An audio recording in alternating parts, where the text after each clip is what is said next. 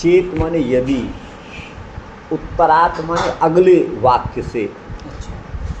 यहाँ पर आविर्भूत स्वरूपस्तु, जिस जीव के स्वरूप का आविर्भाव हो गया है, जिस जीव ने प्रकृति के बंधन से छूटकर जीते जी अपने आत्मस्वरूप को जान लिया है, तो अर्थात आविर्भूत स्वरूप का अर्थ है मुक्त जीव, और अनाविर्भूत स्वरूप बद्ध जीव। तो आविर्भूत स्वरूप अर्थात मुक्त जीव ही यहाँ पर अविधेय है, कथन का विषय है। उत्तर वाक्य से ऐसा जाना जाता है, ठीक है ना। तब उसका खंडन यहाँ न की अनुवृत्ति यहाँ आ रही है। अर्थात आविर्भूत स्वरूप माने मुक्त जीव भी, जैसा कि उत्तर वाक्य में कहा गया है, वो मुक्त जीव भी यहाँ पर विषय नहीं है। मुक्त जीव भी ब्रह्म नहीं हो सकता, ये इसका अर्थ है। उत्तरात माने जीव परात। आगे का अगला जो वाक्य है वो जीव परक है, वो प्रजापति का वाक्य है उपनिषद में। तो वो जीवे अपि अपहत पापमत्वाद, जो अपहत पापमत्व, सारे पाप जिसके नष्ट हो गए हैं, वो अपहत पापमत्वाद जो 8 गुण हैं वो जीव में भी अवगम्यते माने वो ज्ञात होते हैं, जाने जाते हैं। अतः माने स एव माने वह जीव ही दहराकाश मान लिया जाए, वही दहराकाश है। इति चेत उच्यते, तो इस विषय पर कहते हैं।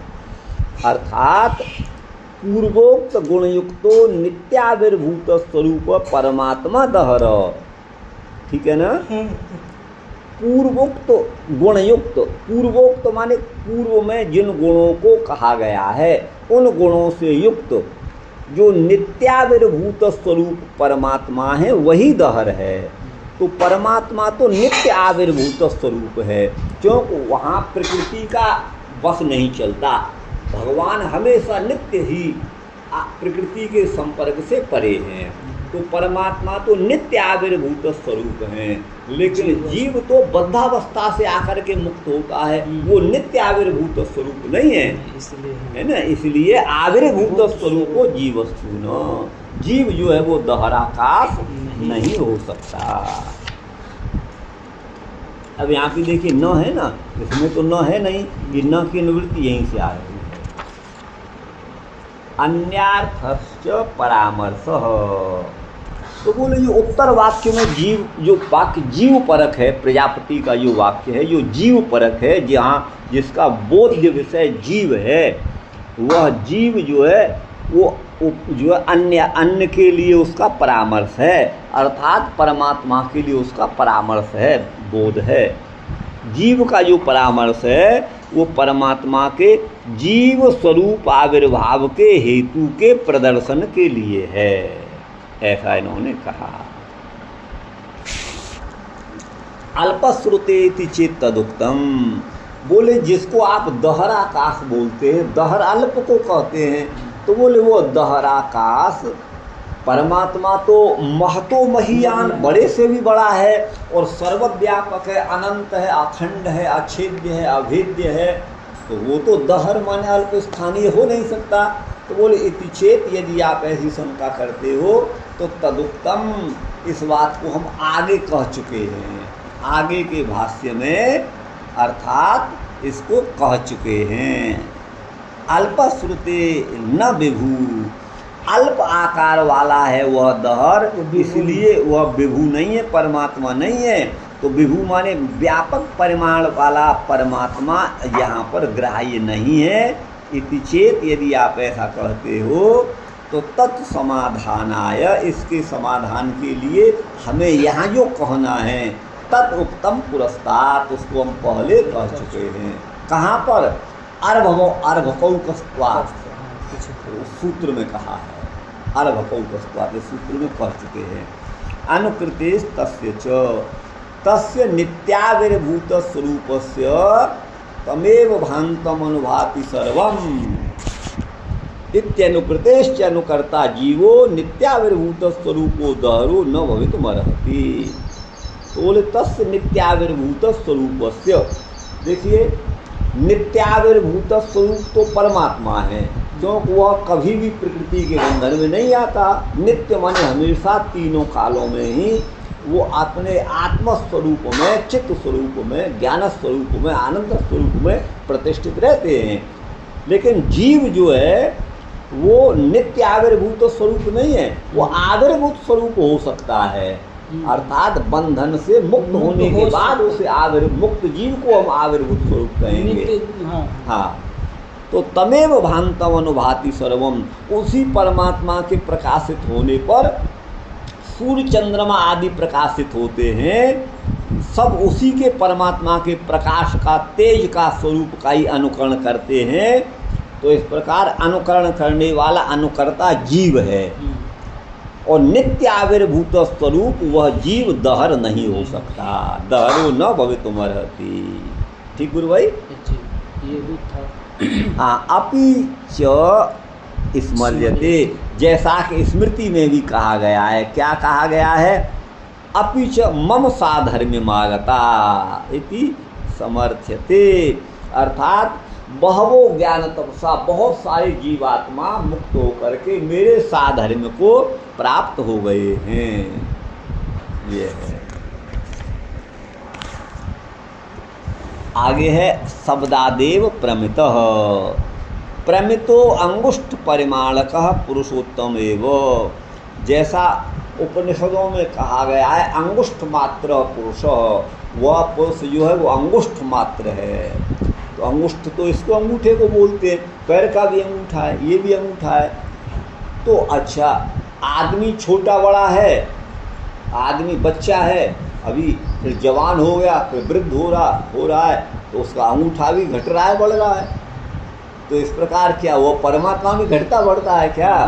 तो बोले नहीं, यहाँ पर प्रमित का मतलब है परिमाण से युक्त, नापा गया। प्रमित मान का विषय प्रमित है, कितना है? वो अंगुष्ठ परिमाण का है। तो देखिए प्रत्येक मनुष्य का जो हृदय है वो उसके अंगूठे के समान आकार वाला होता है, उसका रूप उस तरह का है। जैसा अंगूठे का आकार है ना, वैसा ही उस स्थान का आकार है जहाँ पर वो जीवात्मा रहता है, और जीवात्मा के अंतर परमात्मा रहता है। यद्यपि जीवात्मा तो एक देशी होने से यही हृदय में रहता है, लेकिन परमात्मा तो पूरे शरीर में और शरीर से बाहर पूरे विश्व में है। लेकिन फिर उस ब्रह्म को केवल अंगुष्ठ मात्र हृदय के परिमाण वाला क्यों बताया? तो वो जीव के कारण है, क्योंकि जीवात्मा वही उसका अनुभव करता है। जीवात्मा तो वही एक देशी है, परमात्मा सार्वदेशिक है, तो वह एक देशी जहाँ पर है वही तो अनुभव करेगा। इसलिए उस परमात्मा को भी अंगुष्ठ मात्र पुरुष कहा गया है।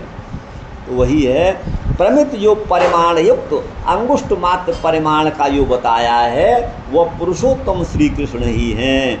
क्योंकि ईशानो भूत भव्यस्य, जो भूत माने हो चुका है और भव्य माने होने वाला है, उस सब के ईशान माने स्वामी, नियंता ईश्वर ब्रह्म श्री कृष्ण ही हैं। इस शब्द प्रमाण से माने वेद प्रमाण से वही परमात्मा अंगुष्ठ मात्र पुरुष हैं।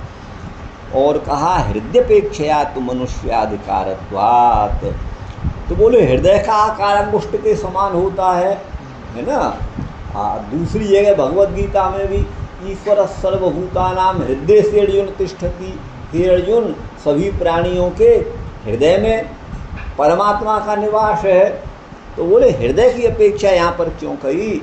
तो बोले मनुष्य का ही अधिकार है यहाँ पर, अर्थात परमात्मा की प्राप्ति में अन्य का अधिकार नहीं है। पशुओं का कोई लेना देना नहीं, पक्षियों का कोई लेना देना नहीं, सिंह व्याघ्र कीट पतंग इनका कोई लेना देना नहीं, वृक्षादिक का स्थावरों का कोई लेना देना नहीं। अगर एक है तो वह मनुष्य ही है, वही जो है इसका ब्रह्म प्राप्ति का अधिकारी है, उसी का अधिकार है। तो हृदय अपेक्षा, वो हृदय की अपेक्षा इसलिए कहा कि मनुष्य का वहाँ पर अधिकार है। उपासक हृदय अपेक्षा, उपासक के हृदय की अपेक्षा से परमात्मा को अंगुष्ठ मात्र कहा है, ये बात उपपन्न होती है, संगत होती है। ननु जंतु शरीरेषु हृदयस्य अनियत परिमाणत्वात्। जंतु माने जीव, 84 लाख योनियां हैं।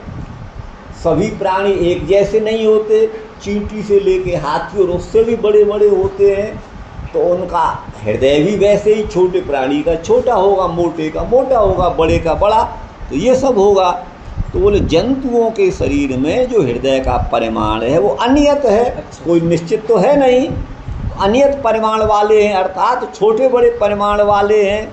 तो तदपेक्षयापि तथात्वम, उसकी अपेक्षा से भी वैसे ही समझना चाहिए, क्योंकि सभी के हृदय में उनका जीवात्मा है और जीवात्मा के अंदर परमात्मा है, ऐसा समझना चाहिए। तो बोले मनुष्याधिकारत्वात्, मनुष्य के अधिकार की दृष्टि से ये कहा है, हृदयपेक्षया तो मनुष्याधिकारत्वात्। तो अब यहाँ पर कहा था क्या परमात्मा की प्राप्ति में मनुष्य का अधिकार है, नीचे वालों का नहीं है? तो बोले नहीं है, कीट पतंग इन सब का नहीं है, क्योंकि ये क्या ज्ञान है, क्या पुण्य है, क्या पाप है, ये सब इनको बोध ही नहीं है। क्या भगवान है, क्या बंधन है, क्या मोक्ष, ये इनको ज्ञान ही नहीं है। तो बोले मनुष्य से नीचे का नहीं है, तब तो ऊपर वालों का होगा। तो बोले मनुष्य से ऊपर कौन है? देवादिक हैं, इंद्रादिक हैं। तब यहाँ कहते हैं कि तदुपर्यपि वादरायण।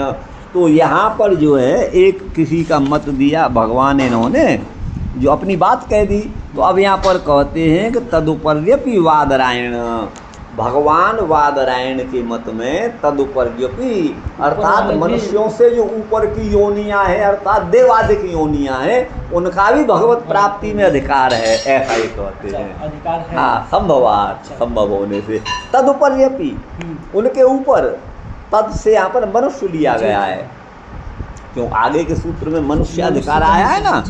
हाँ, तो इसलिए तद माने उस मनुष्य से ऊपर की योनियों में, देवादिक योनियों में भी अधिकार है, ऐसा संभव होने से तस्मिन् ब्रह्मोपासने, उस ब्रह्म की उपासना में मनुष्याणाम उपरिष्टादपि, मनुष्यों के जो ऊपर की योनियां हैं, ये देवादयो, जो देवादिक हैं, तेषाम अपि अधिकारो अस्ति, उनका भी अधिकार है। इति भगवान वादरायणो मन्यते।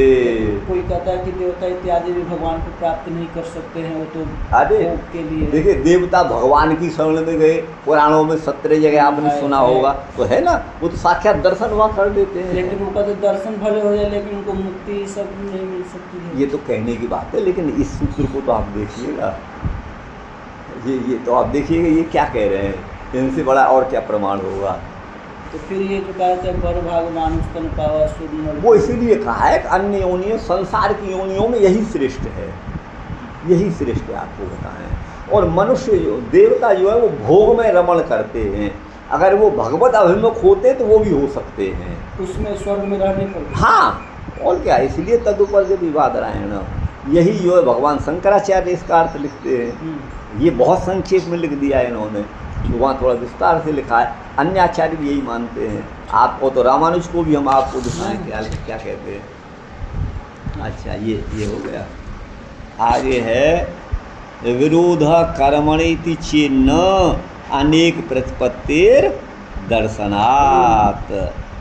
तो बोले अब यहाँ पर भाई जब आप देवताओं की बात भी आ गई, परमात्मा की बात आ गई, तो इंद्र तो एक है, इंद्र के एक होने से, और इंद्र के यज्ञ 10 जगह हो रहे हैं पृथ्वी पर, 1000 जगह हो रहे हैं, तो उन 100 में अपने यज्ञ भाग का उपभोग करने के लिए एक इंद्र 1000 जगह कैसे जाएगा, 100 जगह कैसे जाएगा, वो तो जा नहीं सकता। तो कर्म में विरोध हो जाएगा, आगे नहीं समझ में, विरोध कर्मणि, तो वन यज्ञ यागादिक कर्मों में विरोध हो जाएगा। इति चेत, यदि आप ऐसी शंका करते हो तो न, ये शंका मत करिए, क्योंकि अनेक प्रतिपत्तिर दर्शनात्, एक ही इंद्रादिक जो है वो अनेक रूपों में एक साथ में प्रकट हो सकते हैं, ऐसा माना है। जब योगी लोग भी अपना बहुत सारा रूप बना लेते हैं, भगवान शंकराचार्य भी अपने शरीर से निकल करके राजा के शरीर में प्रवेश हो गए थे,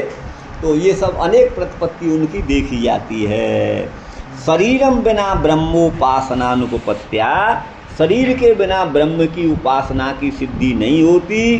इसलिए तेषां माने देवताओं को अवश्य ही विग्रहवत्वम अभ्युपगंतव्यम, वह भी साकार रूप वाले हैं, विग्रह वाले हैं। विग्रहवत्वम ऐसा अभ्युपगंतव्यम, ऐसा हमें समझना चाहिए। तथात्वेतु तो बोले अगर देवताओं का स्वरूप मानेंगे तो ये इंद्र बैठा है, तब तो कर्म में विरोध हो जाएगा। विरोध है ना, शरीर कर्मणि विरोध है इति चेत, कर्म में विरोध होगा, क्योंकि एक इंद्र सब जगह कैसे आएगा, है ना। तो बोले नायम दोष है, ये कोई दोष नहीं है। क्यों? एकस्यापि अनेकासाम देहानाम, देव एक होता हुआ भी अनेकेसाम देहानाम, अनेक देहों में युगपत माने एक साथ ही प्रतिपत्तेर दर्शनात् प्रकट हो सकता है, ऐसा देखा जाता है। ऐसा जो है कहीं का प्रमाण तो दे नहीं रहे हैं, प्रमाण यहाँ नहीं दिया है, प्रमाण ये देंगे, ये प्रभाव वाले देंगे। ये तो बहुत संक्षेप में है, आपको बता दें ये है।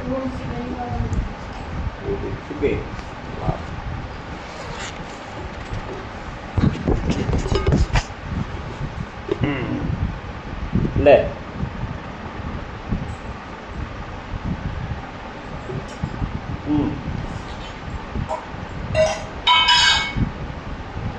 हाँ गुरु भाई,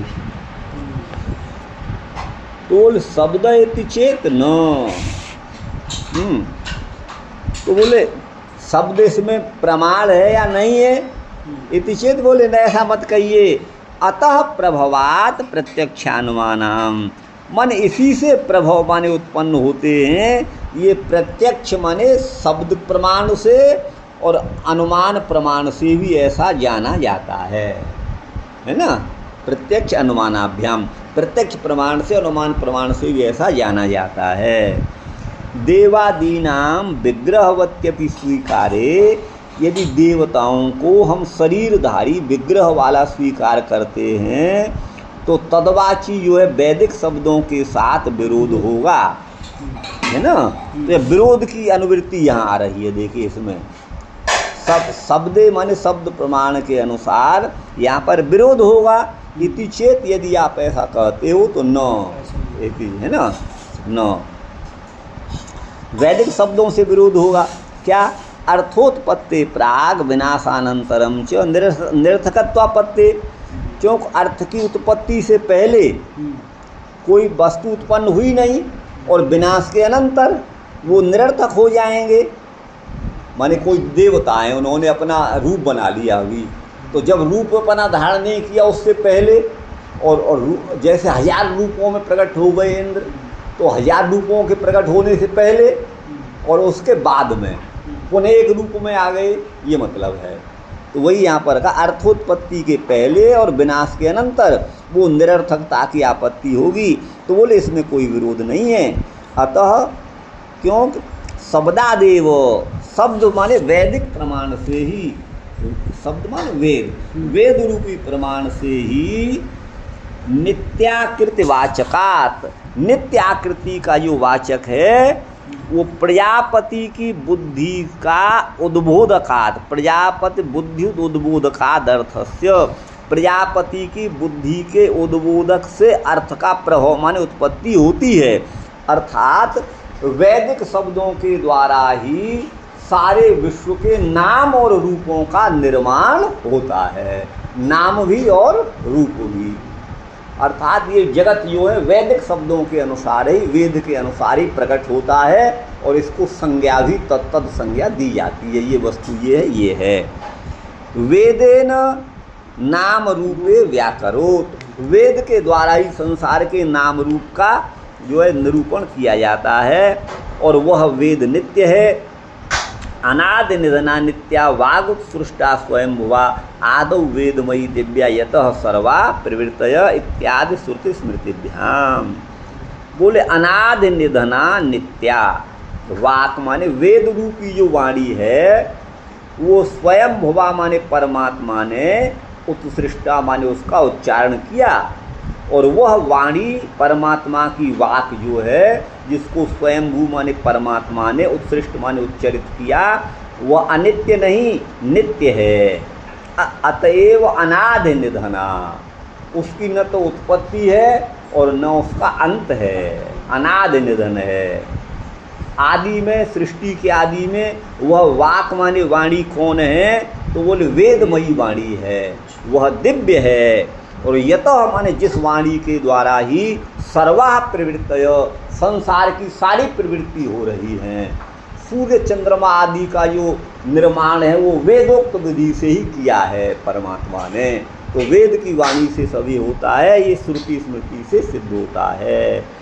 अतएव नित्यत्वम, इसीलिए वेद की नित्यता है, वेद को नित्य माना गया है। वो कालातीत है, काल के बाह्य है, वो काल का जो है काल सापेक्ष नहीं है, काल निरपेक्ष है। प्रजापते सृष्टि शब्द पूर्विका, प्रजापति की जो सृष्टि है वो शब्द पूर्वक माने वेद पूर्वक है। पहले वेद का उच्चारण किया, उसके बाद सारे संसार की सृष्टि हुई, वो वेद पूर्विका है। अतो हेतुर्वेदस्य नित्यत्वम, इसीलिए वेद जो है वो नित्य है, वेद की नित्यता है।